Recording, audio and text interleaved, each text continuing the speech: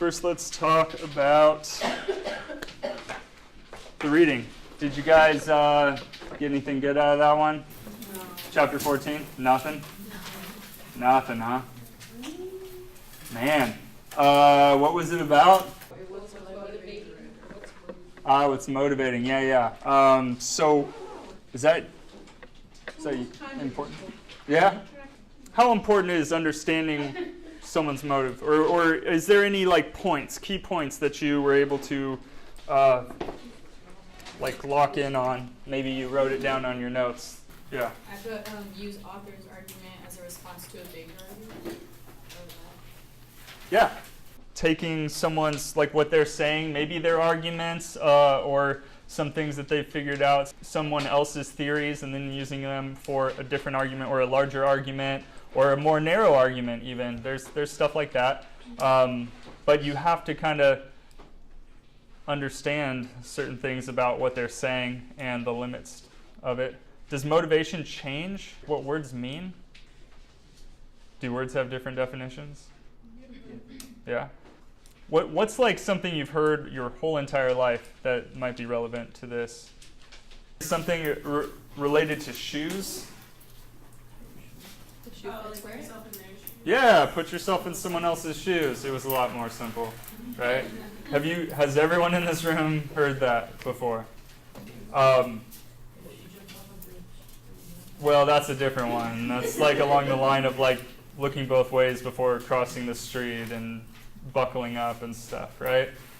What is so useful about understanding someone's motivation?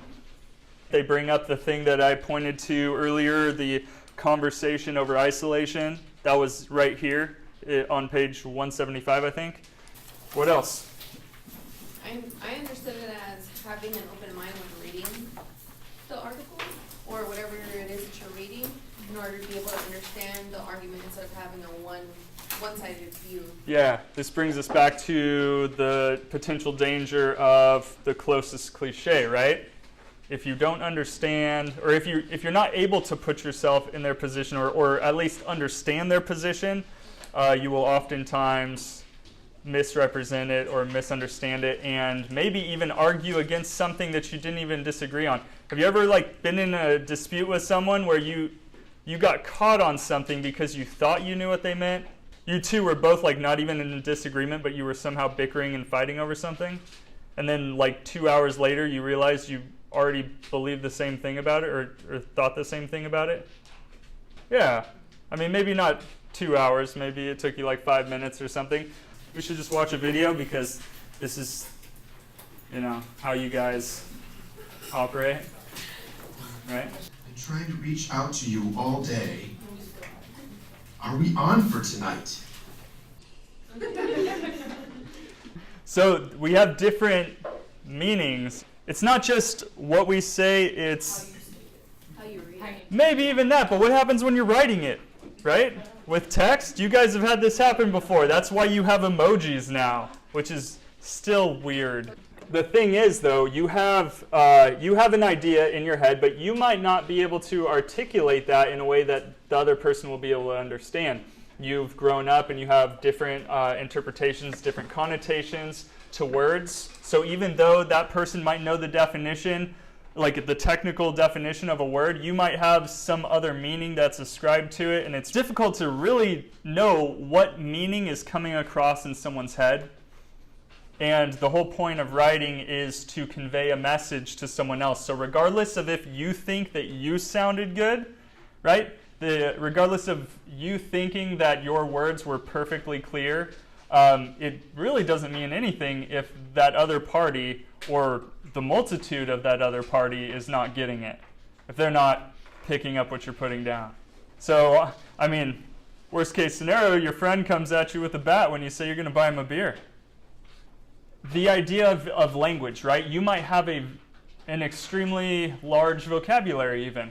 It's just that maybe your reader doesn't. Does anyone know what jargon is? It kind of means it's kind of like an inside joke, that type of thing? It's funny. In a sense, it kind of can be. It's terminology, which would be an inside joke, right? People who have a lot of inside jokes or a lot of stuff like that are really good at the game Taboo. Has anyone ever played that? Yes. Yeah, you're not supposed to say these like 4 words, but you're supposed to get the other person to say the main word. If you have an inside relationship with someone, right, you can just be like, remember that one time we were at the frozen yogurt place and that dude came in, and then they're just like, troll. You're like, how'd you get troll?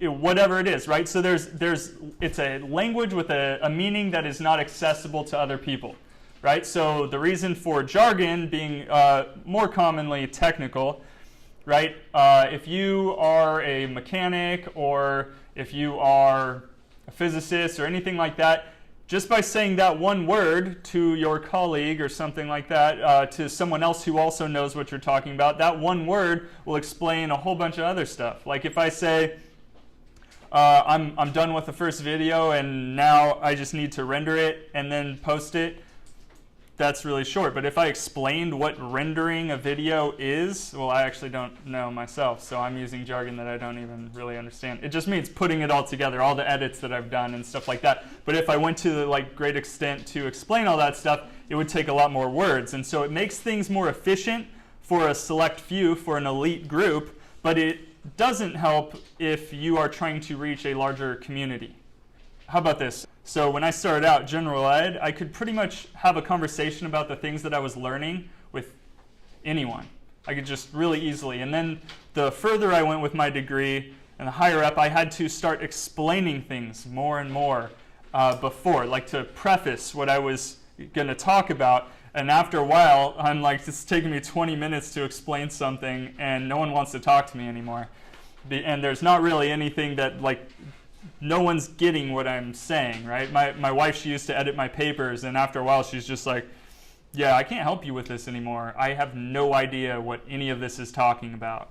That's not saying they're bad. It's saying they're just really far in a direction where only a few people are going to be able to understand it. For you guys, especially right now, you want to, when you use a term that you're not sure everyone's going to understand, you might want to explain it out. Don't take forever to explain it, but even when you're reading, have you noticed there's certain things, it seems like you have to look up every 5 words.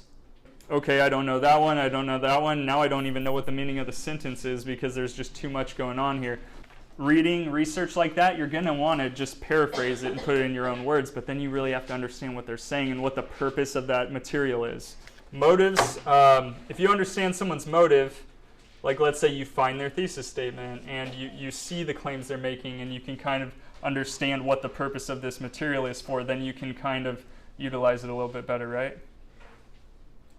Maybe? Okay, too much.